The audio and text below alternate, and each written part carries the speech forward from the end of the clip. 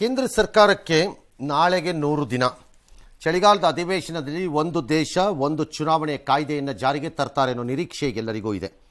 ಅಷ್ಟೇ ಅಲ್ಲದೆ ಆ ದಿನ ಅವರಿಗೆ 74ನೇ ಹುಟ್ಟುಹಬ್ಬ ಮೋದಿಯವರಿಗೆ. ಈ ದೇಶದ ಮೊದಲ ಅಂತರರಾಜ್ಯ ಒಂದೇ ಮೆಟ್ರೋ ರೈಲಿಗೆ ನಮೋ ಭಾರತ್ ರ್ಯಾಪಿಡ್ ರೈಲ್ ಅಂತ ಮರುನಾಮಕರಣ ಮಾಡಿದ್ದಾರೆ. ಯಾಕೆ ಬೇಕಾಗಿತ್ತು? ಒಂದೇ ಮೆಟ್ರೋನೇ ಚೆನ್ನಾಗಿತ್ತಲ್ಲ, ಇದೇನಕ್ಕದು ಏನೆಯೋ ಗೊತ್ತಿಲ್ಲ, ಅದು ಏನಕ್ಕೆ ನನಗೆ ಐಡಿಯಾ ಇಲ್ಲ. ಇದು ವರ್ಚುವಲ್ ಮೂಲಕ ಗುಜರಾತ್ನ ಅಹಮದಾಬಾದ್ನಿಂದ ಪ್ರಧಾನಿ, ಅದು ಅವ್ರದ್ದೇ ಹೆಸರಲ್ವಾ?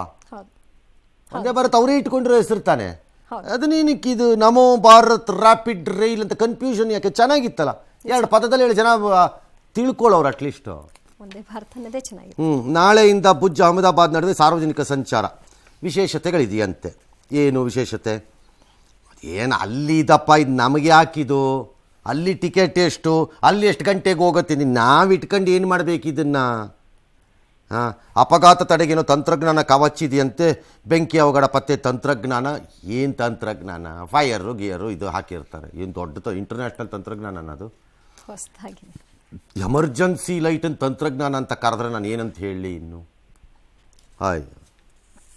ಸರಿ, ಎಂಥದ ಫೋನ್ ಚಾರ್ಜಿಂಗ್. ಯಾವ ಟ್ರೈನಲ್ಲಿ ಫೋನ್ ಚಾರ್ಜಿಂಗ್? ಎಲ್ಲ ಟ್ರೈನ್ಗೂ ಫೋನ್ ಚಾರ್ಜಿಂಗ್ ಆಗ್ತದೆ. ಈಗ ಅದು ದೊಡ್ಡ ತಂತ್ರಜ್ಞಾನ.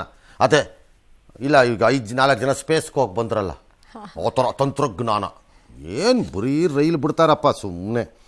ರೈಲಿನ ವಿಷಯ ಅಲ್ಲ, ಈ ರೈಲಿನ ಜೊತೆಗೆ ಪುಣೆ, ಹುಬ್ಬಳ್ಳಿ, ಡೆಲ್ಲಿ, ವಾರಣಾಸಿ ಸೇರಿದಂತೆ ವಂದೇ ಭಾರತ್ ಎಕ್ಸ್ಪ್ರೆಸ್ ರೈಲ್ಗಳಿಗೂ ಮೋದಿ ಚಾಲನೆ ಕೊಟ್ಟಿದ್ದಾರೆ. ಎಸ್.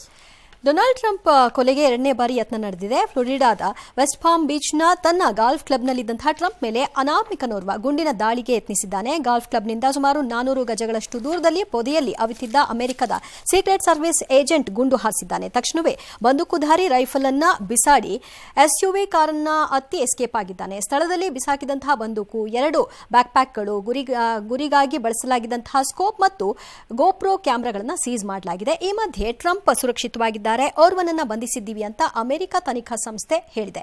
ಕಳೆದ ಜುಲೈ 13ರಂದು ಕೂಡ ಇದೇ ರೀತಿಯ ಪ್ರಯತ್ನ ನಡೆದಿತ್ತು.